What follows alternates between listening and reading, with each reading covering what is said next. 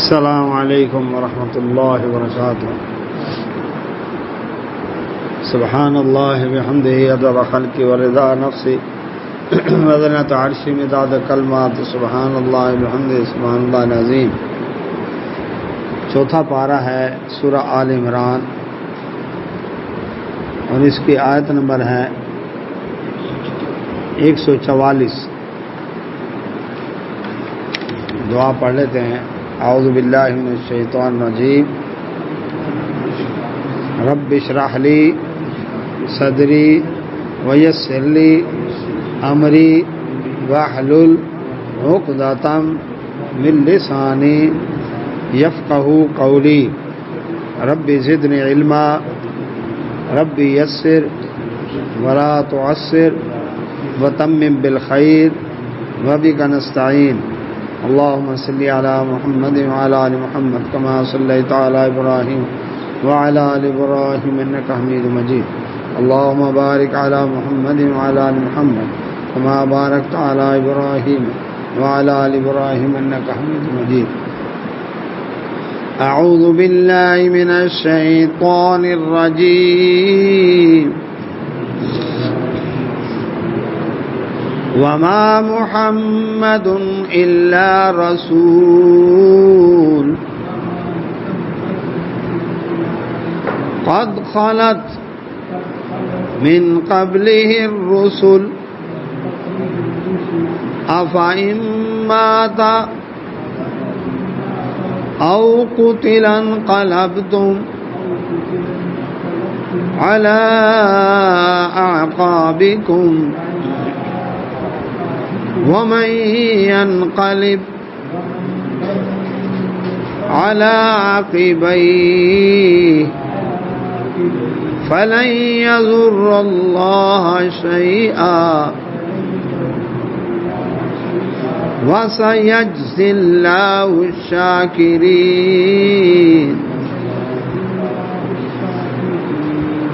پارہ نمبر 4 ہے سورہ آل عمران، آیت نمبر 144۔ اعوذ باللہ من الشیطان الرجیم۔ وما محمد، اور نہیں ہے محمد صلی اللہ علیہ وسلم، الا مگر رسول، ایک رسول۔ غزوہ احد کے اندر جیسا کہ بیان کیا گیا کہ مسلمانوں کو اللہ سبحانہ و تعالی نے پہلے غلبہ عطا کیا۔ مشرکین میدان جنگ چھوڑ کے بھاگ رہے تھے۔ اب مسلمانوں کا ایک گروہ ان کا پیچھا کر رہا تھا۔ مسلمانوں کے عقب میں احد پہاڑ تھا، سائڈ پر ایک درہ تھا، اور ایک چھوٹی سی پہاڑی جبل رمات آج بھی موجود ہے۔ اس پہاڑی کے اوپر رسول اللہ صلی اللہ علیہ وسلم نے مقرر کیا 50 تیر اندازوں کو کہ ہمیں چاہے غلبہ ملے چاہے مغلوب ہو، کچھ بھی ہو جائے، جب تک آرڈر نہ آئے تم یہ درہ نہیں چھوڑنا۔ 144 نمبر آیت سورہ آل عمران۔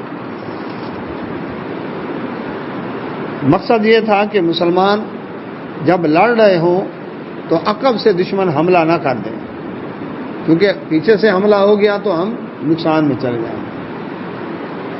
ان تیر اندازوں نے پوری جان فشانی کے ساتھ ڈیوٹی نبھائی۔ پہلے اللہ تعالی نے غلبہ دیا، مشرکین بھاگ رہے تھے، مسلمانوں کا گروہ پیچھا کر رہا تھا۔ اب درے کے اوپر 40 آدمی، 50 تھے نا، ان میں سے 40 آدمی نے کہا امیر صاحب جنگ تو ختم ہو گئی، مشرکین بھاگ رہے ہیں، اب مسلمان مال غنیمت اکٹھا کر رہے ہیں، اب ہم بھی جا کر مال اکٹھا کریں۔ اور یاد رہے کہ اس وقت کوئی مسلمان باقاعدہ کو پروفیشنل آرمی کی شکل میں نہیں تھے کہ جن کی کوئی تنخواہ لگی ہو، الاؤنس لگے ہوئے ہوں، ایسا نہیں تھا۔ اس دور میں یہ تھا کہ ہر آدمی اپنے طور پر اسلحہ تیار کرتا، سواری تیار کرتا، راشن تیار کرتا، پھر جب لڑائی میں فتح ملتی تو اس میں جو مال غنیمت ملتا اس سے وہ اپنا گزارا کرتے تھے۔ اب انہوں نے دیکھا 40 تیر اندازوں نے کہ لڑائی ختم ہو گئی، دشمن بھاگ گیا، اب ڈیوٹی دینے کا کیا فائدہ؟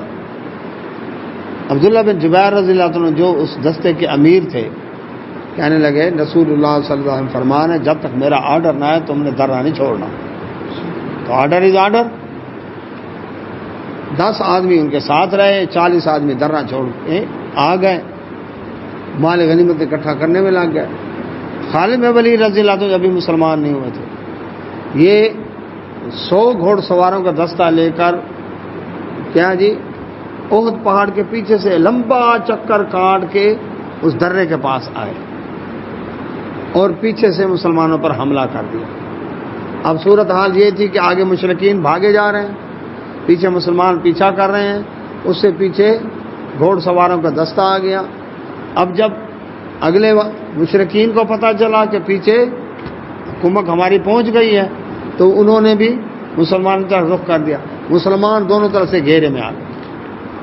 اب ایک لڑائی تو یہاں پر تھی، چونکہ باقاعدہ کوئی وردی تھی نہیں جسے پتہ چلے کہ اپنا یا پرایا ہے. قبیلے لگ بھگ سادہ لباس کے اندر ہی لڑ رہے تھے مسلمان.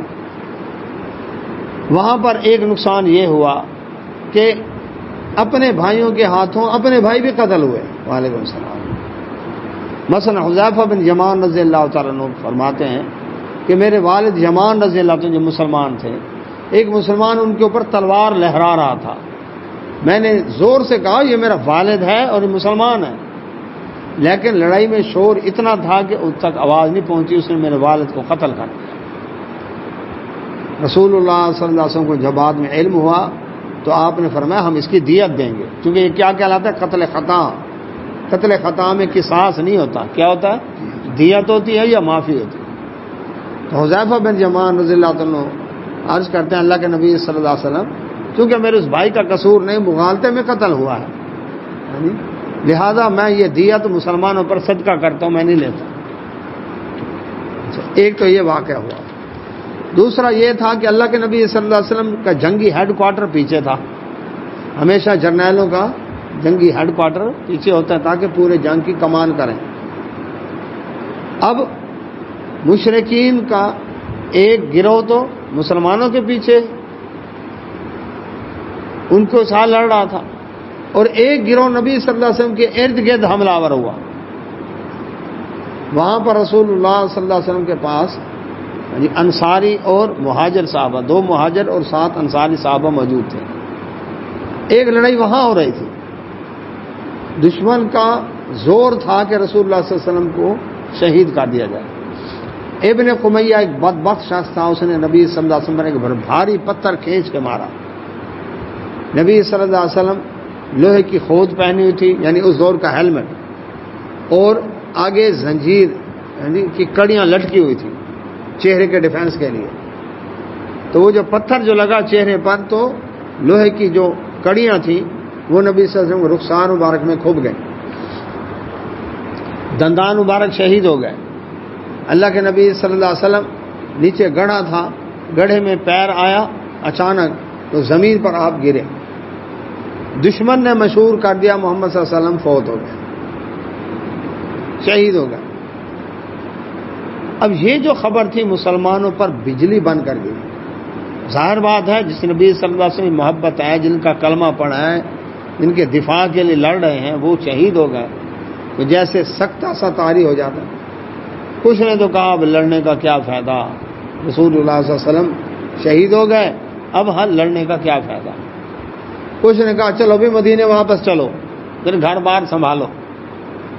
اور کچھ نے کہا اللہ اکبر کہ انس بن نضر رضی اللہ عنہ ان میں تھے، وہ آئے، دیکھا ایک صحابی کچھ بیٹھے ہوئے ہیں. بھی کیوں بیٹھے ہو، تمہیں پتہ نہیں رسول اللہ صلی اللہ علیہ وسلم شہید ہو گئے؟ کہا اچھا رسول اللہ صلی اللہ علیہ وسلم شہید ہو گئے تو تم بیٹھ گئے ہو، اور جس مشن پر نبی صلی اللہ علیہ وسلم نے جان دیا پھر اس مشن پر ہم بھی جان دیں، پھر آپ کے بعد ہمارے زندہ رہنے کا کیا فائدہ. وہ اس طرح سے لوگوں کا حوصلہ بلند کرتے کرتے آگے گئے اور فرماتے ہیں مجھے احد پہاڑ کے پیچھے سے جنت کی خوشبو آ رہی ہے، اور لڑتے ہوئے شہید ہو گئے. انس بن نضر رضی اللہ عنہ ایسے بھی تھے جن کو دنیا میں جنت کی خوشبو آئی. تو اب یہ مختلف قسم کے کیٹیگری کے مسلمان وہاں پر تھے. یہ ایک اتفاقی طور پر ایک جیسے آساتی طور پر ایک کیفیت ہوتی ہے وہ طاری ہو گئی. اچھا اب اللہ کے نبی محمد رسول اللہ صلی اللہ علیہ وسلم جب اللہ اکبر آپ کی شہادت کی اطلاع افواہ پھیل گئی تو کچھ منافقین کہنے لگے اگر اللہ کے نبی صلی اللہ علیہ وسلم اللہ کے نبی سچے ہوتے اللہ تعالیٰ ان کی مدد کرتا اور یہ شہید نہ ہوتے. اللہ تعالیٰ نے یہ آیتیں نازل کی. پورا پس منظر جو سامنے تھا مختلف کیٹیگری کے مسلمانوں کی کیفیت اس سب کو بیان کیا. فرمایا وما محمد الا رسول، محمد صلی اللہ علیہ وسلم بھی ایک رسول ہے. قد خلت، تاکہ گزر گئے، من قبل ہی، ان سے پہلے، الرسول، اور بھی بہت سے رسول. جس طرح اور بہت سے رسول آئے دنیا کے اندر گزر گئے. آدم علیہ السلام آئے اور چلے گئے، نوح علیہ السلام آئے اور چلے گئے، ہود علیہ السلام، صالح علیہ السلام آئے اور چلے گئے، ابراہیم علیہ السلام آئے اور چلے گئے. کتنے انبیاء علیہ السلام دنیا میں آئے، ہمیشہ تو کوئی نہیں رہا نا، آئے اور چلے گئے. اسی طرح محمد صلی اللہ علیہ وسلم اگر افائم اگر ماتا رسول اللہ صلی اللہ علیہ وسلم کو موت آ جائے، او یا قتلا، قتل کر دیے جائیں، انقلبتم، پلٹ جاؤ گے تم، علی اعقابکم، اپنی ایڑیوں کے بل. تم مشن کو دیکھو، رسول اللہ صلی اللہ علیہ وسلم تم مشن کیا دیکھ گئے. تو اگر نبی صلی اللہ علیہ وسلم بالفرض جیسے افواہ پھیلی ہے شہید ہو بھی گئے تو تم کیوں دین کا کام چھوڑ رہے ہو؟ تم تو اس طرح کرو جس طرح انس میں نظر رضی اللہ عنہ کہ پھر نبی صلی اللہ علیہ وسلم کے بعد زندہ رہنے کا کیا فائدہ، ہم بھی اسی مشن پر جان دیں. تو یہ اللہ تبارک تعالیٰ کی تربیت کر رہے تھے، کیونکہ ساری زندگی سیکھتا ہے نا انسان. یہ ایک تربیت ہو رہی تھی کہ یہ سچویشن آ گئی. مسلمان بھولے ہوئے تھے بدر کی جنگ میں کہ فرشتے آئے تھے، غلبہ مل گیا، تعداد تھوڑی تھی، اور اب یہ آ گیا جھٹکا لگا ہے. اور جھٹکا کیوں لگا؟ اللہ تعالیٰ نے فرمایا تمہاری اپنی غلطی کی وجہ سے لگا. اللہ تعالیٰ نے تو تمہیں فتح دکھا دی تھی. جب رسول اللہ صلی اللہ علیہ وسلم کے حکم کی نافرمانی کی تو کتنا بڑا نقصان ہوا. تو یہ انفرادی نہیں، اجتماعی نقصان ہوا. تو فرمایا محمد صلی اللہ علیہ وسلم کے رسول ہیں، آپ سے پہلے رسول گزر گئے، اگر آپ موت آ جائے یا آپ قتل کر دیے جائیں تو کیا تم ایڑیوں کے بل پلٹ جاؤ گے؟ اس سے یہ مسئلہ معلوم ہوا کہ موت کا لفظ پیغمبر کے لیے استعمال کرنا توہین اور گستاخی نہیں ہے. اگر یہ لفظ استعمال کرنا توہین ہوتا اللہ تعالیٰ قرآن میں یہ کبھی استعمال نہ کرتا. دوسری جگہ پر موجود ہے انک میت و انہم میتون، اے نبی صلی اللہ علیہ وسلم یہ مشرکین آپ کا انتظار کر رہے ہیں کہ اللہ کے نبی صلی اللہ علیہ وسلم فوت ہو گئے نا تو پھر اسلام کا نام کوئی نہیں لے گا، بس انتظار کرو جی نبی صلی اللہ علیہ وسلم کی موت کا. تو اس پر اللہ تعالیٰ نے جواب دیا انک میتون، ٹھیک ہے بے شک اے نبی صلی اللہ علیہ وسلم آپ نے مرنا ہے، لیکن انہم میتون، انہوں نے بھی تو مرنا ہے. تو وہاں پر میت کا لفظ رسول اللہ صلی اللہ علیہ وسلم کے لیے استعمال کیا اللہ تعالیٰ نے خود. یعقوب علیہ الصلوۃ والسلام آخری وقت تھا، بیٹے ارد گرد موجود ہیں. قرآن میں سورہ بقرہ کے اندر اللہ تعالیٰ نے فرمایا ہم پڑھ چکے ہیں جی، اذ حضر یعقوب الموت، جب یعقوب علیہ السلام کی موت کا وقت آیا بیٹوں سے پوچھا کس کی عبادت کرو گے، انہوں نے کہا اللہ کی عبادت کرو. پڑھ چکے ہیں. تو یہ موت کا لفظ وہاں یعقوب علیہ السلام پیغمبر کے بھی استعمال ہوا. تو چوتھا کلمہ پڑھتے ہیں تو اس میں کیا کہتے ہیں وہ حی لا یموت، وہ اللہ زندہ ہے اس کو موت نہیں. یاد رکھیں موت سے پاک ہستی ہے تو کون سی؟ صرف اللہ تبارک و تعالیٰ کی ہستی پاک ہے. باقی کل نفس ذائقۃ الموت، ہر نفس نے موت کا ذائقہ چکھنا ہے. کل شیء ہالک، ہر چیز نے ہلاک ہونا ہے. کل من علیہا فان، جو بھی کائنات میں چیزیں اس نے فنا ہونا ہے. بقا ہے تو کس کے لیے؟ وَيَبْقَى وَجْهُ رَبِّكَ ذُو الْجَلَالِ وَالْإِكْرَامِ، تیرے رب کا چہرہ باقی رہے گا جو بڑا جلال والا برکت ہے. تو کسی کے بارے میں یہ کہنا کہ جی نہیں جی نہیں توبہ توبہ ان کو تو موت آنی نہیں ہے، اس کا مطلب اس کو اللہ کی اس صفت میں شریک کر لیا نا جو حی لا یموت والی، کہ کب موت آئے گی پھر اس کو. اچھا اس کے لیے الفاظ بڑے استعمال کیے جاتے ہیں. یہ پردہ فرما گئے، انتقال فرما گئے، جاں بحق ہو گئے، واصل بحق ہو گئے، جو بھی ہوا آئی موت ہے. لفظ جیسے بھی استعمال کریں، آئی کیا ہے؟ موت. بیوی بیوہ ہو گئی، بچے یتیم ہو گئے، جائیداد تقسیم ہو گئی. اور جی شہید کے بارے میں تو کہا گیا نا، یہ مردہ نہ کہو، سمجھو بھی نہ، بالکل کہا گیا. اللہ تعالیٰ نے فرمایا کیوں؟ احد کی جنگ میں جو لوگ شہید ہوئے، منافقین کہتے تھے لوگوں جی کیا پایا انہوں نے؟ بیوی بیوہ ہو گئی، بچے یتیم ہو گئے، جائیدادیں تقسیم ہو گئی، مال دوسروں کے قبضے میں آ گیا، انہوں نے کیا پایا؟ اللہ تعالیٰ نے فرمایا یہ جو شہید کی موت ہے یہ قوم کی حیات ہے، تم ان کو مردہ نہ سمجھو، مردہ گمان بھی نہ کرو، کہو بھی نہ، وہ تو رب کے ہاں رزق پا رہے ہیں. لیکن شہید کب کہلائے گا؟ آخری سانس لے رہا ہو اس کو کہیں گے شہید ہے. جب روح نکلے گی تو شہید کہیں گے، روح نکلے گی تب شہید کہیں گے، جب تک سانس موجود ہے شہید نہیں کہیں گے. یہ اس کو اعزاز دیا.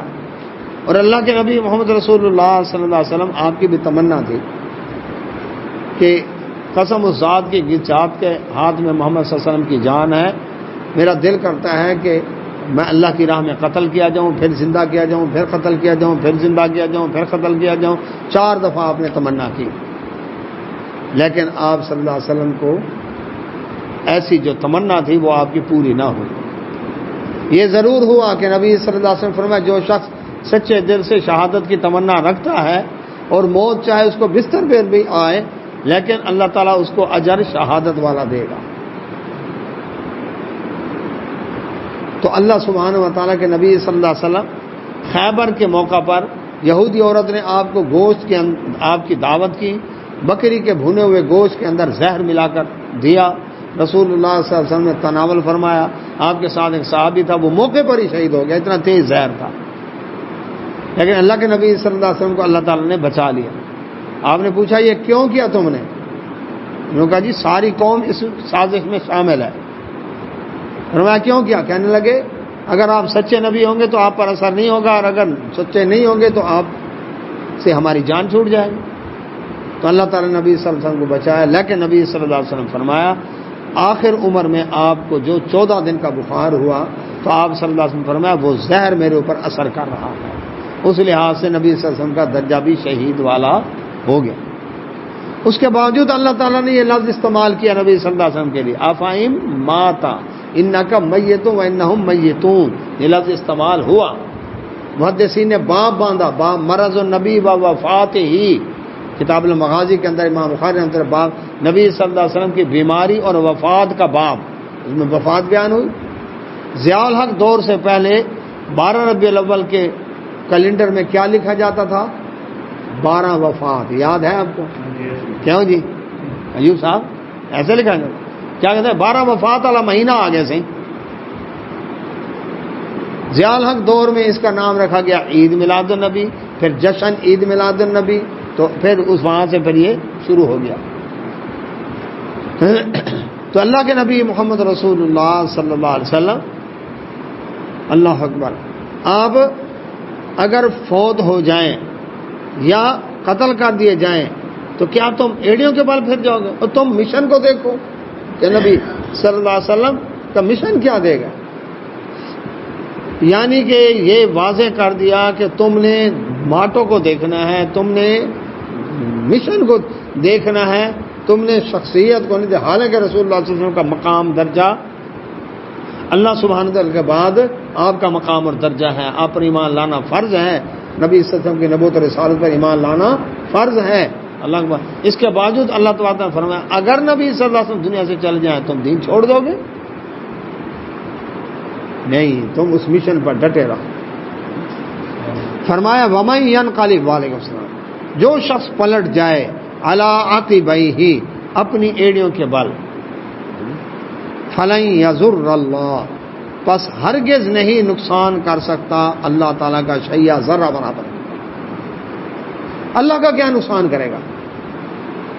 صحیح مسلم میں حدیث قدسی رسول اللہ صلی اللہ علیہ وسلم فرمایا، اللہ تعالیٰ فرماتے ہیں جتنے انسان پیدا ہو کر فوت ہو گئے، جتنے جنات پیدا ہو کر فوت ہو گئے، جتنے انسان روئے زمین پر موجود ہیں، جتنے جنات موجود ہیں، جتنے انسان جنات قیامت تک پیدا ہوں گے یہ سب کے سب کا دل بدبخت شخص کے دل کی طرح ہو جائے، سارے کافر ہو جائیں، اللہ تعالیٰ کی سلطنت میں ذرا برابر کمی نہیں کر سکتے۔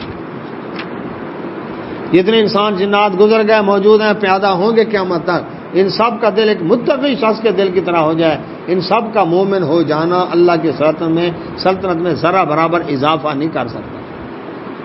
اللہ تبارک تعالیٰ قیوم ہے، صمد ہے، کسی کا محتاج نہیں ہے کہ اس کو رب مانے تب بھی رب ہے، نہ مانے تو بھی رب ہے۔ تو یہاں پر یہی بات فرمائی کہ تم اگر دین پر سے پھر بھی گئے تو کیا ہے، اللہ کا کوئی نقصان نہیں کرو گے۔ وَسَيَجْزِي اللَّهُ، اور ضرور بدلہ دے گا اللہ تعالیٰ الشاکرین، شکر کرنے والوں کو۔ جو شکر گزار ہوگا، رب کا فرم بردار ہوگا، اللہ تعالیٰ اس کو بدلہ بھی دے گا۔ یہ آیات نازل ہوئی کس پس منظر میں؟ غزوہ احد کے پس منظر، لیکن ہے تو قیامت تک کے نہیں۔ اچھا، تو اللہ تبارک کو پتہ تھا کہ رسول اللہ صلی اللہ علیہ وسلم کی جب وفات ہوگی تو پھر مسئلہ کھڑا ہوگا، اور مسئلہ کھڑا ہوا۔ 14 دن بخار رہا رسول اللہ صلی اللہ علیہ وسلم علیہ السلام۔ 144 نمبر آیت سورہ آل عمران۔ یہ کیفیت تھی کہ ابو بکر صدیق رضی اللہ عنہ تو نماز پڑھا رہے ہیں، رسول اللہ صلی اللہ علیہ وسلم آپ کا آخری دن، رسول اللہ صلی اللہ علیہ وسلم ابو بکر صدیق، عمر، سیدنا عباس رضی اللہ عنہ اپنے چچا، اور سیدنا علی رضی اللہ عنہ داماد، ان دونوں کے کندھوں پر ہاتھ رکھ کر نبی صلی اللہ علیہ وسلم اپنے پیر مبارک زمین پر کمزوری نقاہت کی وجہ سے گھسیٹتے ہوئے، لکیر بنتی جا رہی تھی، آپ مسجد نبوی میں آئے، مصلی کے پاس آ کر بیٹھ گئے، کھڑے نہیں ہو سکتے تھے۔ یہ کیفیت دیکھ کر عبدالرب صاحب کو کہہ سکتا ہے کہ یہ نبی صلی اللہ علیہ وسلم مشکل گزار جتروا ہے، یہ دو آدمیوں کے سہارے سے اس طرح نقاہت کے ساتھ آ رہے ہیں۔ ابو بکر صدیق رضی اللہ عنہ آپ کو دیکھ کر مصلی سے پیچھے ہٹنا شروع ہوا، آپ نے منع کیا، وہ نہ رکے۔ رسول اللہ صلی اللہ علیہ وسلم کھڑے نہیں ہو سکتے تھے، بیٹھ کر نماز پڑھائی، ابو بکر صدیق رضی اللہ عنہ مکبر بن گئے۔ جب سلام پھیرا آپ صلی اللہ علیہ وسلم فرمایا، ابو بکر میں نے جب تجھے منع کیا مصلی نہ چھوڑ، کیوں چھوڑا؟ عرض کیا اللہ کے نبی صلی اللہ علیہ وسلم جب آپ تشریف لے آئے تو میرے اندر جرت نہیں ہے میں مصلی پر کھڑا رہ سکتا۔ حالانکہ نماز شروع ہونے سے پہلے اگر کوئی سینئر آ جائے، اہل علم آ جائے، تو امام اس کو مصلی پر کھڑا کر سکتا ہے، خود پیچھے چلا مصلی پر آ کر پیچھے ہٹ جائے، چاہے اقامت ہو بھی گئی ہے پھر بھی پیچھے ہٹ جائے۔ لیکن جب نماز شروع ہو جائے تو یہ مسئلہ نہیں ہے کہ دوران نماز مصلی چھوڑ کر اس کو آگے کر دے، لیکن اس کے بعد ابو بکر صدیق رضی اللہ عنہ نے یہ کام کیا۔ اب اللہ کے نبی صلی اللہ علیہ وسلم حیات طیبہ کا آخری دن تھا، حجرہ مبارک سے سر باہر نکالا، نماز پڑھ رہے تھے لوگ، آپ صلی اللہ علیہ وسلم مسکرائے، اس کے بعد پردہ ڈال دیا اور اندر چلے گئے۔ پھر نبی صلی اللہ علیہ وسلم آپ حالت کیا تھی؟ بخار سے تپ رہے تھے۔ اما صدیقہ رضی اللہ عنہ فرماتے ہیں نبی صلی اللہ علیہ وسلم پانی کے پیالے کے اندر ہاتھ مبارک ڈبو کر اپنے چہرے کے اوپر پانی کا چھینٹا، فرمایا بخار جہنم کی آگ سے ہے اور آگ کو پانی سے بجھایا جاتا ہے۔ تو آج بھی اس بخار کا علاج جو نبی صلی اللہ علیہ وسلم نے 1443 سال پہلے بتایا تھا، آج بھی علاج وہی ہماری میڈیکل سائنس کے بعد ہے، پاس ہے، چاہے جدید ترین ہمارے پاس ٹیکنالوجی آ گئی ہے۔ کیونکہ 102 سے اوپر جب بخار ہو کیا کہتے ہیں؟ ٹھنڈے پانی کی پٹیاں رکھو، اور اس کا بھی طریقہ ہے کہ یہ جو وضو والے اعضاء ہیں، پیر کے اوپر کا حصہ، یہ بازو اور چہرہ، اس کے اوپر مسلسل برف والا یخ پانی یہ آپ لگائیں۔ وہ کہتے ہیں جب آ جائے گا نا 102 پر پھر ہم دوائی دیں گے، پھر ہم انجیکشن لگائیں گے، لیکن جب 104-5 پر ہیں تو اب ہم دوائی نہیں دیں گے، کیونکہ اس کو توڑنا نقصان ہے، اس کے اعصاب ٹوٹ جائیں گے۔ اللہ اکبر۔ تو اللہ کے نبی صلی اللہ علیہ وسلم بار بار پیالے میں سے پانی لے کر اپنے چہروں پر پڑا اور اللہ تعالیٰ سے دعا کہ اللہم رفیق الاعلیٰ، اللہم رفیق الاعلیٰ، اللہ سکرات موت کی سختی سے محفوظ فرما. اللہ ہی سب سے بڑا دوست ہے. ہمارے صدیق رضی اللہ عنہ فرماتے ہیں نبی صلی اللہ علیہ وسلم کو میں نے اٹھا کر بٹھایا. آپ صلی اللہ علیہ وسلم میرے سینہ مبارک کے ساتھ اکبر ٹیک لگا کر بیٹھے ہوئے تھے. میرا بھائی عبد الرحمن آیا, مسواک اس کے پاس تھی, تو نبی صلی اللہ علیہ وسلم اس کو دیکھا مسواک کی طرف, گویا کہ آپ کو مسواک بڑی پسند تھی. تو اللہ کے نبی صلی اللہ علیہ وسلم وہ میں نے مسواک لے کر میں نے پھر اس کو نرم کرنے کے لیے اپنے منہ میں چبایا, نرم کر کے میں نبی صلی اللہ علیہ وسلم کو دی. ہمارے صدیقہ رضی اللہ عنہ فرماتی ہیں مجھے یہ سعادت ملی کہ آخر وقت میں میرا لعاب اور نبی صلی اللہ علیہ وسلم کا لعاب مل گیا. اللہ کے نبی صلی اللہ علیہ وسلم نے مسواک کی. اس کے بعد رسول اللہ صلی اللہ علیہ وسلم اللہم الرفیق الاعلیٰ یہ کلمات آپ کی زبان پر تھے. ہمارے صدیقہ رضی اللہ عنہ فرماتی ہیں میں ایسے نبی صلی اللہ علیہ وسلم کو ٹیک دے کر بیٹھی ہوئی تھی کہ آپ صلی اللہ علیہ وسلم کی تھوڑی مبارک جھک گئی, ایسے سینے کے ساتھ لگ گئی, یعنی روح پرواز ہو. لٹا دیا گیا. رسول اللہ صلی اللہ علیہ وسلم پر چادر ڈال دی گئی.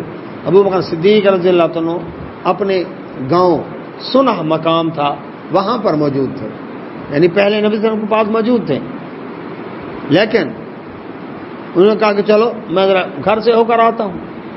جب واپس آئے تو مسجد نبوی کے اندر لوگوں کا جمع غفیر اکٹھا تھا. اطلاع ملی, پریشان ہوئے, گھوڑا باندھا اور اس کے بعد حجرہ صدیقہ رضی اللہ عنہ کے اندر سیدھے گئے.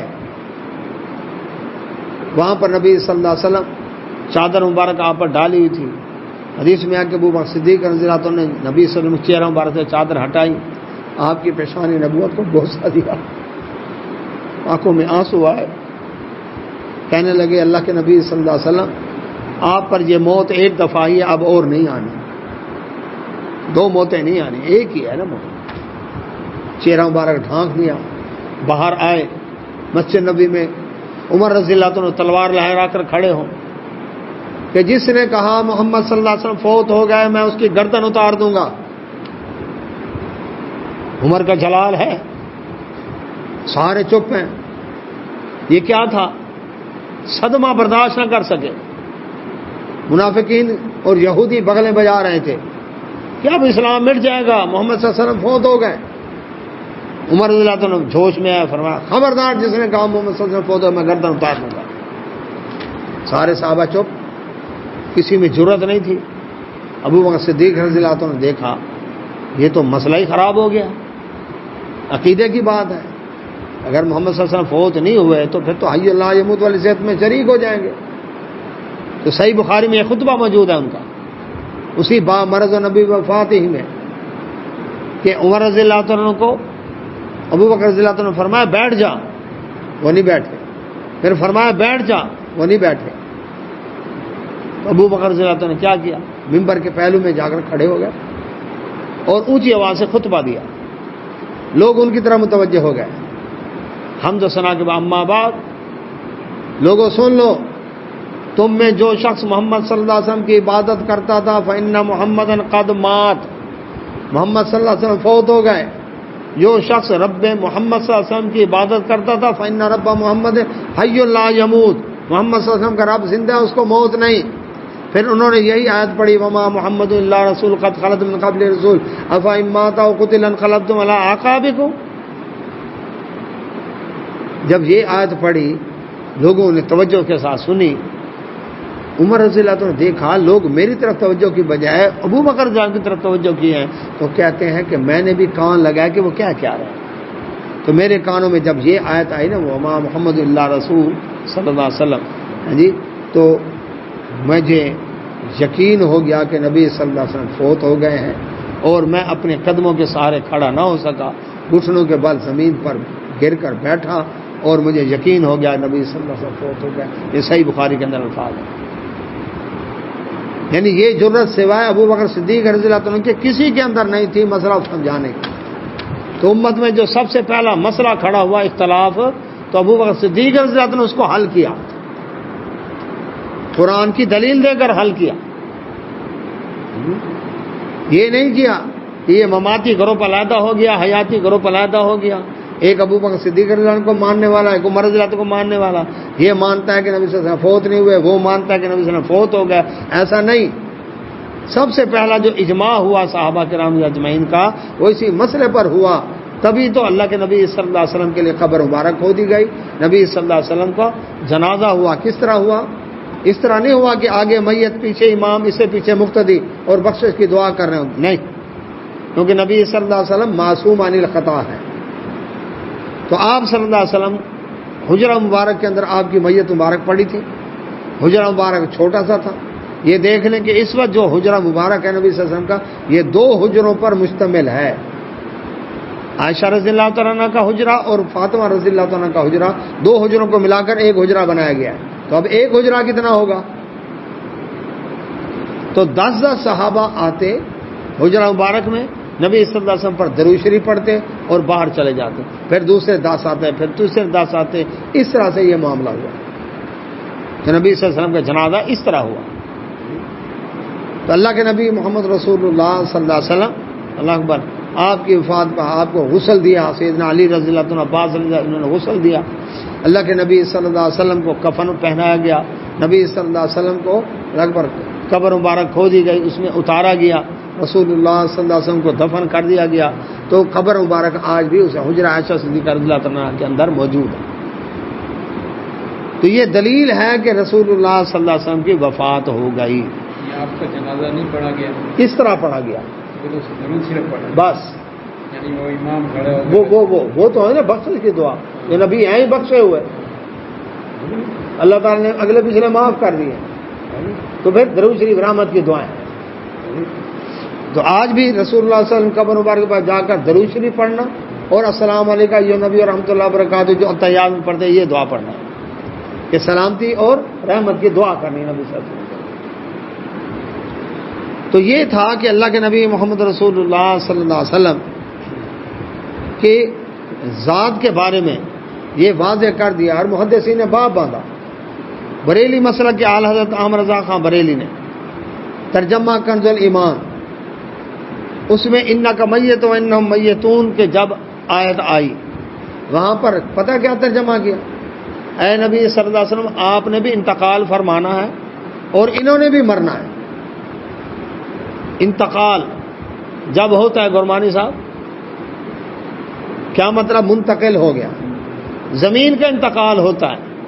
میرے نام تھی، اب آپ کے نام منتقل ہوگی، اب میری رہی، میں اب یہاں بیٹھا ہوں، ٹھیک ہے نہیں، اب میں گھنٹے بعد یہاں سے منتقل ہو جاؤں گا اپنے گھر، تو پھر کوئی مجھے آ کر یہاں ڈھونڈے میں ہوں گا، کیونکہ میں منتقل ہو گیا. ٹرانسفر، یہی ہے نا انگلش میں ٹرانسفر. تو جب ٹرانسفر ہو گئی تو رسول اللہ صلی اللہ علیہ وسلم اس جہان سے اگلے جہاں ٹرانسفر ہو گئے، اس جہان سے اگلے جہاں منتقل ہو گئے. جب منتقل ہو گئے تو پھر یہاں تو نہیں نا. جسم مبارک آپ کا حجرہ عائشہ صدیقہ رضی اللہ عنہ کے اندر محفوظ ہے. انبیاء علیہ السلام کے جسموں پر مٹی کو حرام کر دیا گیا ہے، وہ نقصان نہیں پہنچا سکتے. لیکن آپ صلی اللہ علیہ وسلم کی روح مبارک، نبی صلی اللہ علیہ وسلم فرمایا معراج و رات میں نے جنت کی جب سیر کی تو ایک محل دیکھا بڑا خوبصورت، جس کی چھت اللہ تعالیٰ کا عرش تھا. میں نے کہا جبرائیل یہ کس کا محل ہے؟ عرض کیا یہ آپ کا محل ہے. میں نے کہا پھر مجھے جانے دو اس میں. عرض کیا آپ کی ابھی دنیا والی زندگی باقی ہے، جب پوری ہوگی سیدھا آپ نے یہاں آنا. تو اللہ کے نبی صلی اللہ علیہ وسلم آپ کی روح مبارک کہاں موجود ہے؟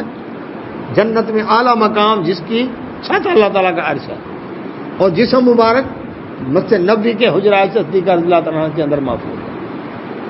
رسول اللہ صلی اللہ علیہ وسلم فرمایا اللہ تعالیٰ نے فرشتوں کی ڈیوٹی لگائی ہے سیاحین فی الارض، کہ جو گھومتے پھرتے ہیں، جو شخص نبی صلی اللہ علیہ وسلم پر درود شریف پڑھتا ہے اور سلام پڑھتا ہے جو نبی صلی اللہ علیہ وسلم نے بتایا، تو وہ اکٹھا کر کے اللہ تعالیٰ کے پاس لے جاتے ہیں اور اللہ تعالیٰ رحمتیں اور سلامتیں بھیجتے ہیں اپنے نبی صلی اللہ علیہ وسلم. یہ قیامت تک کے لیے یہ کام ہو رہا ہے. یہ فرشتوں کی ڈیوٹی ہے، فرشتوں کی ڈیوٹی ہے. اچھا، تو اللہ سبحانہ و تعالیٰ فرماتے ہیں وما کانا، اور نہیں ہے لنفس کسی شخص کے لیے ان تموت کہ وہ مر جائے، الا مگر باذن اللہ، اللہ کا حکم جب تک نہ ہو. کتاباً لکھا ہوا ہے، معجلہ ایک مقررہ مدت، ہر شخص کا ٹائم مقرر ہے. اب جو منافقین کہتے تھے ان کے بارے میں، مسلمانوں کے بارے میں، ہے یہ اگر جنگ پہ نہ جاتے تو شہید نہ ہوتے، یہاں ہوتے تو بچ جاتے. آج بھی کتنے لوگ ہیں کیا کہتے ہیں، ایکسیڈنٹ میں گیا تو اگر یہ گھر سے نہ نکلتا تو بچ جاتا، یہ کام نہ کرتا تو یہ نہ ہوتا. بات یہ ہے کہ پھر کب مرتا؟ سوال یہ مرنا تو ہے نا، تو اب نہیں تو کب؟ بات یہ ہے کہ اس کا جو ٹائم لکھا ہے، یاد رکھیں، موت نہ گولی میں ہے، نہ کرنٹ میں ہے، نہ زہر میں ہے، نہ آگ میں ہے، نہ تیز رفتاری میں ہے. موت کے کنویں میں جو موٹر سائیکل چلاتے ہیں ہاتھ چھوڑ کر کرتب بھی دکھاتے ہیں، اور ساتھ موٹر سائیکلیں اور دو کاریں بھی ساتھ، دیکھا ہے کہ نہیں منظر؟ پتہ ہے کیا رفتار ہوتی ہے؟ 150 کلومیٹر فی گھنٹہ، 200 کلومیٹر فی گھنٹہ. تبھی جا کر ہوا کا ویکم بنتا ہے اور اس وزن کو اٹھا کر رکھتے ہیں سپیڈ کی وجہ سے. یہ سپیڈ ڈاؤن کریں دھڑام سے نیچے ہے، وہ اتنا سپیڈ سے چکر ہوتا ہے. تو تیز رفتاری میں موت ہوتی تو موت کے کنویں والے کب کے مر گئے ہوتے ہیں. تیز رفتاری میں موت نہیں، کرنٹ میں بھی موت نہیں ہے. کتنے ایسے جو ہیوی لائنوں پر کرنٹ لگا. ہمارے ایک دوست تھے، میرے موٹر سائیکل کی ڈرائیونگ میں استاد بھی ہیں اور مقتدی بھی تھے، نیکسٹ میں بابٹا میں ملازم تھے. 11,000 وولٹ وہاں پر لائن مین تھے، اوپر کام کر رہے تھے. کسی نے ڈبل کنیکشن لیا ہوا تھا، انہوں نے ادھر سے ایک فیڈر بند کیا، ادھر سے اس نے دوسرے فیڈر کا کنیکشن آن کیا، کرنٹ ادھر ریورس آیا. وہ کہتے ہیں میں اوپر کھڑا تھا بیلٹ لگا کر، میں نے کلمہ پڑھا کہ اب زندہ نہیں بچتا. 11,000 وولٹ کا کرنٹ، زندہ ہے، موجود ہے الحمدللہ. کوئی سوچ سکتا ہے؟ اللہ اکبر. تو کرنٹ میں موت نہیں ہے، آگ میں بھی موت نہیں ہے. کتنے ایسے جھلسے زندہ موجود. زہر میں بھی موت نہیں ہے. کتنے ایسے زہر کھایا پھر بھی زندہ ہے. تو موت ہے اللہ کے حکم سے. گولی میں بھی موت نہیں ہے. میں نے اس ساتھی کو دیکھا جس نے 10 اللہ اکبر 5 فائر لگے، ایک کان کراس کر کے گیا، ایک سر کو رگڑ کے گیا، اور ایک اس کے دانت کو کراس کر کے گیا. 10 دانت اس کے ٹوٹ گئے، ایک کندھے کو چھو کر گیا. یہاں بھی زخمی، جہاں بھی زخمی، لیکن زندہ موجود ہے. 5 فائر لگے، زندہ موجود ہے. تو موت ہے اللہ کے حکم سے. اس کی میں ایک مثال دیتا ہوں. آپ نے دیکھا بچھو، آپ جوتا لے کر اس کے پیچھے بھاگے، وہ ادھر چھپتا ہے، ادھر چھپتا ہے، ادھر چھپتا ہے. کس لیے چھپ رہا ہے؟ جان بچانے کے لیے. کیوں جی؟ اب وہ غائب ہو گیا. آپ نے کہا پتہ نہیں کہاں چلا گیا. تھوڑی دیر گزرتی ہے، وہ جہاں چھپا ہوا تھا ایسے نکل کر آیا سامنے آ کے. آپ نے ٹھک اس کے اوپر جوتا مارا، وہ مر گیا.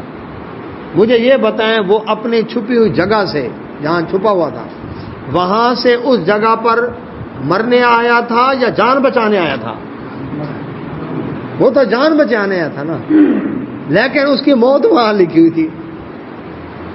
تو یاد رکھیں، موت کی جگہ اور وقت مقرر ہے. وہ جب جگہ آئی، وقت آیا تو بس اس وقت آنی ہے موت. وہ ہر ایک کی اللہ نے لکھی ہے. اللہ بری موت سے بچائے. جی موت کی دعا نہیں کرنی چاہیے، لیکن نبی صلی اللہ علیہ وسلم فرمایا شہادت کی موت کی دعا. نیا کپڑا کوئی شخص پہنے نا تو نبی صلی اللہ علیہ وسلم فرمایا اس کو دعا دو، البس جدیدن، نیا کپڑا پہنتا رہے، وعش حمیدن، اللہ تعالیٰ کی تعریفوں کرتا ہوا زندہ رہے، ومت شہیدہ، اور موت آئے تو تجھے شہادت کی موت ہے. اور مرنے انشاءاللہ آسن کہتے ہیں نا، مرنے انشاءاللہ، آگے یہ کہہ دو شہید ہو کر، تو یہ دعا بن جائے گی. ایسے نہیں ہو مرنے انشاءاللہ، آگے لفظ کہہ دے شہید ہو کر، یہ دعا بن جائے گی، بد دعا نہیں ہوگی. پھر اس کی تمنا کی ہے. تو اللہ سبحانہ و تعالیٰ فرماتا ہے کوئی شخص نہیں مار سکتا جب تک اللہ کا حکم نہ ہو، اور وہ حکم کتاب معجلہ، کتاب میں لکھا ہوا ہے کہ کس کی موت کا وقت کب ہے. اور یہ اس ٹائم کا کسی کو اللہ نے علم بھی نہیں دیا. اور یہ علم نہ دینا بھی ہمارے لیے ایک نعمت ہے، یہ بھی بتا دوں۔ پوچھے جا کر پھانسی والے قیدیوں سے جن کے بارے میں آرڈر آ گیا کہ آج آپ کا آخری ملاقات ہے، رشتہ داروں سے کر لیں، اور صبح 4:10 پر آپ کا پھانسی۔ اب وہ بیچارے دیکھیں اس کو کیسے دیکھ رہے ہیں، اب اتنا ٹائم رہ گیا، اب اتنا ٹائم رہ گیا، وہ پہلے ہی بیچارہ خوف کے مارے سوکھ سوکھ کر آدھا مر جاتا۔ جب اچانک آئی آگے ٹھیک ہے کیوں جی، جب پتا ہو اتنے بج پر تجھے ٹھڈا لگنا ہے، ہوئی یار اب اتنا ٹائم رہ گیا، اتنا پتہ نہیں کیسے لگے گا، کیسے گروں گا، کہاں لگے گا، چوٹ کتنی ہوگی، سخت ہوگی کہ ہلکی ہوگی، یہ سوچ کے بندہ مر جاتا۔ اس طرح کیا اللہ پر توکل لگی، اللہ نے کھڑا کر دیا۔ وہ لوگ جو زیچے بناتے ہیں جی، فالیں نکالتے ہیں، ہفتہ کیسا گزرے گا، ستارے کیا کہتے ہیں، چالیں کون سا ستارہ کس ستارے کے برج میں داخل ہوا ہے، اور یہ گھڑی تیرے لیے منوس گھڑی ہے، اور وہ بیچارے ہر وقت ہوئے آج منگل کا دن ہے، آج بدھ کا دن ہے، اب یہ نہیں کرنا، اب یہ گھڑی آنے والی ہے، اب یہ نہیں کرنا، سفر کا مہینہ 13 تیزی کا مہینہ ہے، وہ بیچارے سوچ کے مر جاتے۔ مومن کا اللہ پر توکل ہے، حسبنا اللہ نعم الوکیل، ہوگا وہی جو اللہ چاہے گا، اور اللہ اچھی کرے۔ تو فرمایا پریشان کیوں ہوتے ہیں مسلمانوں، موت کا وقت مقرر ہے، اس کی جگہ مقرر ہے، کوئی شخص اللہ کے حکم کے بغیر مر نہیں سکتا۔ ومن یرید، اب جو شخص چاہتا ہے ثواب دنیا، دنیا کا بدلہ، نؤتہ منہا، ہم اس کو اس میں سے دیتے ہیں۔ اب دو کیٹیگری ہیں انسانوں کی، کوئی چاہتے ہیں ہماری دنیا اچھی ہو جائے، آخرت پر نہ ایمان ہے ان کا، نہ یقین ہے، نہ آخرت کے لیے محنت ہے۔ اللہ تعالیٰ فرمائے دنیا چاہتا ہے نا، ہم اس کو دنیا دیتے ہیں۔ ومن یرید، اور جو شخص چاہتا ہے ثواب الآخرہ، آخرت کا بدلہ، نؤتہ منہا، ہم اس کو وہ دیتے ہیں۔ لیکن دنیا جو اس کی قسمت میں لکھی ہے وہ بھی ملے گی، دنیا سے محروم نہیں رکھے گا اللہ تعالیٰ۔ لیکن یہ بتا دوں، قرآن میں اللہ تعالیٰ نے فرمایا جو شخص ایمان اور عمل صالح اختیار کرتا ہے فَلَنُحْيِيَنَّهُ حَيَاةً طَيِّبَةً، ہے نا لفظ، ہم اس کو پاکیزہ زندگی بسر کروائیں گے، اطمینان والی، تھوڑی ہے اطمینان کی نیند سویا ہے، حرص نہیں ہے، اللہ پر ایمان ہے، چٹنی سے گزارا کرنا پڑا اس نے کیا، کہتا ہے میں مطمئن ہوں، حرام تو نہیں کھایا نا میں نے، حلال کی کر کے کھائی ہے نا، کسی کا حق تو نہیں مارا، کسی کا دل تو نہیں دکھایا، یہ اطمینان ہے جی۔ کتنے لوگ ہیں ٹینشن دور کرنے کے لیے سکون کی گولیاں کھاتے ہیں، اور پھر وہ لگ جاتے ہیں، نشے کے ٹیکے لگاتے ہیں، اور وہ عادت بن گئی۔ اس کو اللہ تعالیٰ ویسے ہی اطمینان دے دیتا، نیند کی گولی کھائے بغیر اس کو اللہ نیند عطا کر دیتا۔ یہ کیا ہے؟ اللہ کا احسان ہے، اس کی زندگی پاکیزہ بسر ہے۔ کسی سے کہیں نا کہ جی آؤ نماز کے لیے، کیا بہانہ ہوتا ہے؟ اس کا مطلب ہے وہ کپڑوں کو پاکیزگی کا خیال نہیں رکھتا، ناپاک کپڑوں کے ساتھ پھر رہا ہے۔ کئی ایسے ہیں جو غسل جنابت بھی نہیں کیا ہوا ایسے پھر رہے ہوتے ہیں، استنجا تو اکثر نہیں کرتے، چھوٹے پیشاب کے ساتھ استنجا کہتے ہیں ضرورت ہی نہیں ہے، جبکہ دین میں کیا ہے؟ یہ خبر کے عذاب کا باعث ہے۔ تو صاف ستھرا پاکیزہ دین اللہ عطا کرے، یہ کتنی بڑی نعمت ہے۔ تو جو شخص دنیا چاہتا ہے ہم دنیا دیں گے، لیکن آخرت جو چاہتا ہے دنیا جو اس کی قسمت میں وہ ملے گی، اس کو پاکیزہ زندگی بسر کرے گا، لیکن آخرت بھی اس کی اچھی ہو جائے گی۔ فرمایا وَمَن يُرِدْ ثواب الآخرہ، جو شخص آخرت کا بدلہ چاہتا ہے نؤتہ منہا، اس کو ہم وہی دیتے ہیں۔ اس لیے وہ دعا ہے نا ربنا آتنا فی الدنیا حسنۃ وفی الآخرۃ حسنۃ وقنا عذاب النار، اللہ ہماری دنیا بھی اچھی کر دے اور ہماری آخرت بھی اچھی کر دے۔ وَسَنَجْزِي، اور ہم بدلہ دیتے ہیں ضرور الشاکرین، شکر کرنے والوں کو، جو بھی رب کا شکر ادا کرے، فرمایا ہم اس کو بدلہ دیتے ہیں۔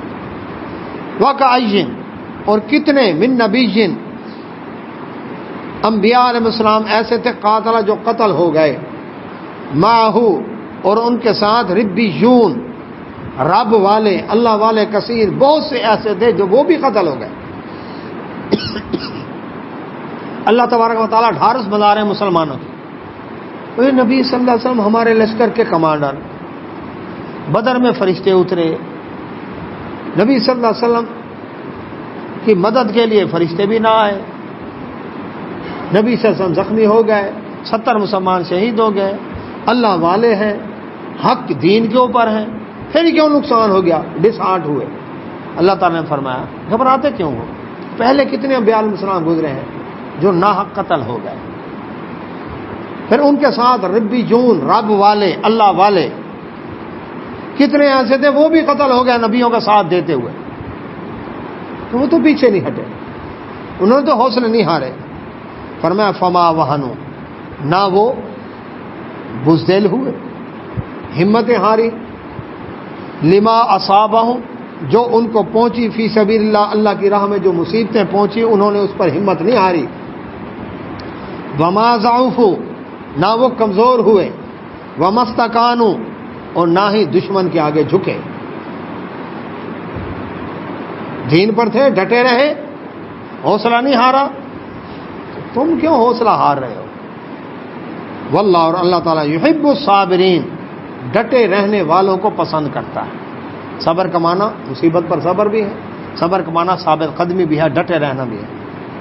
وما کانا، اچھا وہ جو انبیاء علیہ السلام تھے جو ناحق قتل ہوئے، جو ان کے ساتھ اللہ والے تھے، ان کا ساتھ دیتے ہوئے قتل ہوئے، دشمنوں کے خلاف لڑے. فرمایا وما کانا قولہ، نہیں تھی ان کی بات، الا مگر، یعنی جب وہ انبیاء علیہ السلام کا ساتھ دے کر لڑ رہے تھے تو ان کی بات زبان پر کیا تھی؟ ان یہ کہ قالو، انہوں نے کہا ربنا، اے ہمارے رب، اغفر لنا، بخش دے ہمیں، ذنوبنا، ہمارے گناہ، و اسرافنا، اور جو اسراف زیادتی ہو گئی ہو، فی امرنا، ہمارے کاموں میں، ہم نے تیرے حکموں کے اندر کوئی زیادتی کی ہو، تیری نافرمانی کی ہو، اے اللہ ہمیں وہ بھی معاف فرما دے. وثبت اقدامنا، اور ہمارے قدم جما دے، وانصرنا، اور ہماری مدد فرما، علی القوم الکافرین، کافر قوم کے مقابلے میں. اللہ سبحانہ وتعالی فرماتے ہیں دیکھو ان کا کتنا حوصلہ تھا، ہمت بھی نہیں ہاری، حوصلہ نہیں ہارا، کمزور نہیں ہوئے، دشمن کے آگے جھکے نہیں، رب کے ساتھ تعلق جوڑ کر رب سے دعائیں کرتے رہے. تو پھر کیا ہوا؟ فآتاہم اللہ، اللہ نے ان کو عطا کر دیا ثواب الدنیا، دنیا کا بدلہ بھی، وحسنہ، اور بڑا اچھا، ثواب الآخرہ، آخرت کا بدلہ تو اس سے بھی اچھا ہے. دنیا بھی بن گئی ان کی، آخرت بھی بن گئی. واللہ، اور اللہ تعالیٰ یحب المحسنین، نیکیاں سنوار کے کرنے والوں کو پسند کرتا ہے.